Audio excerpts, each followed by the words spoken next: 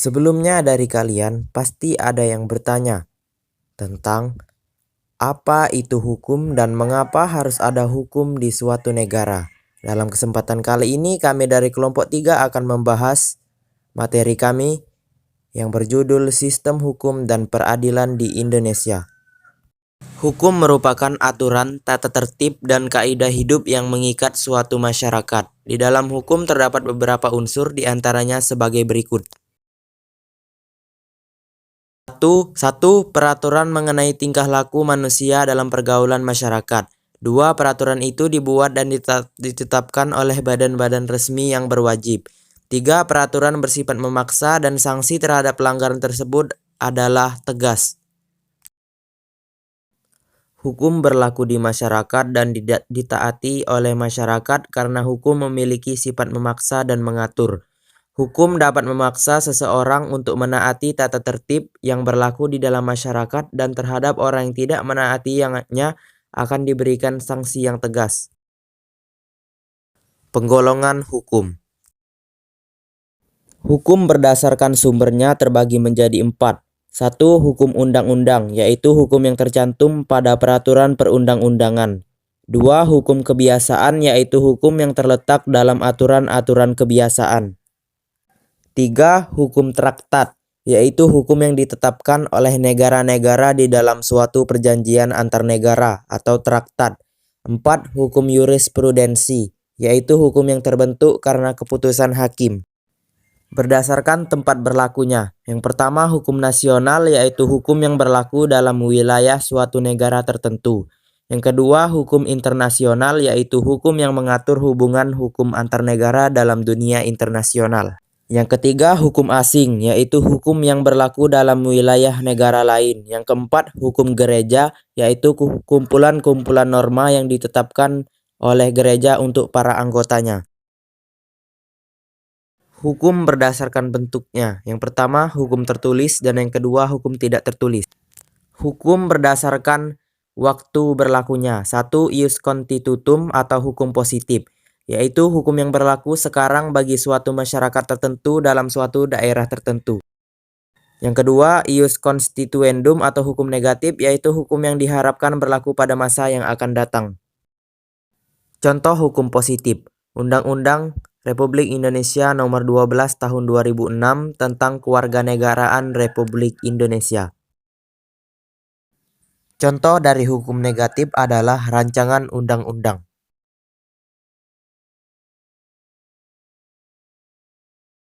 Selanjutnya, hukum berdasarkan cara mempertahankannya. Yang pertama, hukum material, yaitu hukum yang mengatur hubungan antar anggota masyarakat yang berlaku umum tentang hal-hal yang dilarang dan yang dibolehkan untuk dilakukan.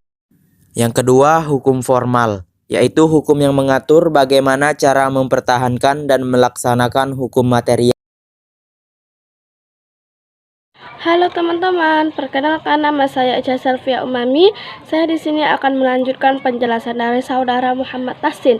Baiklah, langsung saja. F. Berdasarkan sifatnya. 1. Hukum yang memaksa, yaitu hukum yang dalam keadaan bagaimanapun juga harus dan mempunyai paksaan mutlak. Misalnya melakukan pembunuhan, maka sanksinya secara paksa harus dilaksanakan.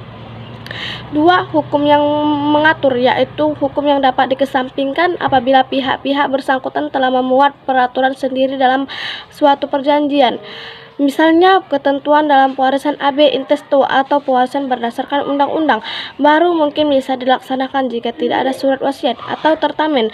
G. Berdasarkan wujudnya. 1. Hukum objektif, yaitu hukum yang mengatur hubungan antara dua orang atau lebih yang berlaku umum. 2. Hukum subjektif, yaitu hukum yang timbul dari hukum objektif dan berlaku terhadap seseorang atau lebih.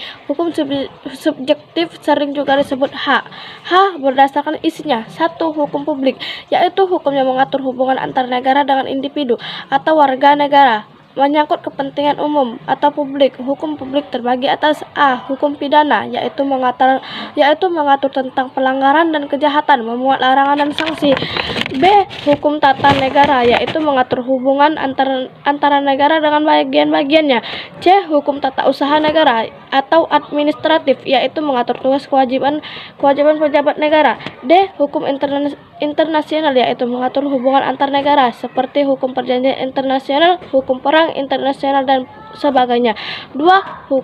Hukum privat atau sipil, yaitu hukum yang mengatur hubungan antara individu satu dengan individu lain, termasuk negara sebagai pribadi. Hukum privat terbagi atas A. Hukum perdata, yaitu hukum yang mengatur hubungan antara individu secara umum. Contoh, hukum keluarga, hukum kekayaan, hukum waris, hukum perjanjian, dan hukum perkawinan.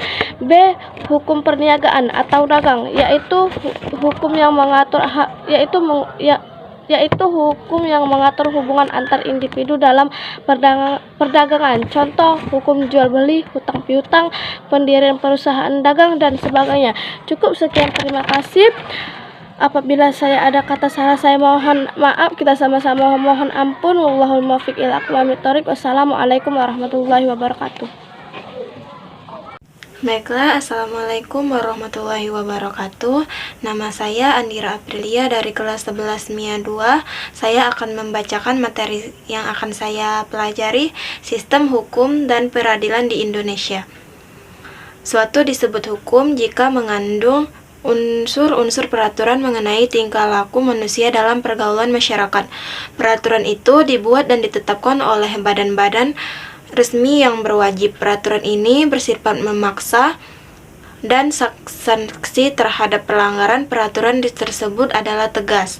Adapun yang menjadi karakteristik dari hukum adalah adanya perintah dan larangan, serta perintah atau larangan tersebut harus dipatuhi oleh semua orang. Kekuasaan kehakiman di Indonesia dilakukan oleh Mahkamah Agung. Badan peradilan yang berada di bawah Mahkamah Agung meliputi badan peradilan yang berada di lingkungan peradilan umum, peradilan agama, peradilan militer, dan peradilan tata usaha negara, serta oleh sebuah mahkamah konstitusi. Lembaga-lembaga tersebut berperan sebagai penegak keadilan dan dibersihkan dari setiap intervensi baik dari lembaga legislatif, eksekutif maupun lembaga lainnya. Lembaga peradilan nasional sama artinya dengan pengadilan negara, yang itu lembaga yang dibentuk oleh negara sebagai bagian dari otoritas negara di bidang kekuasaan kehakiman dengan sumber hukumnya peraturan perundang-undangan yang berlaku di dalam negara. Tingkatan lembaga peradilan terdiri dari 3 tingkatan, yaitu pengadilan tingkat pertama yang berkedudukan di ibu kota wilayah kabupaten atau kota, pengadilan tingkat kedua atau Bandung yang berkedudukan di ibu kota wilayah provinsi, dan kasasi oleh Mahkamah Agung.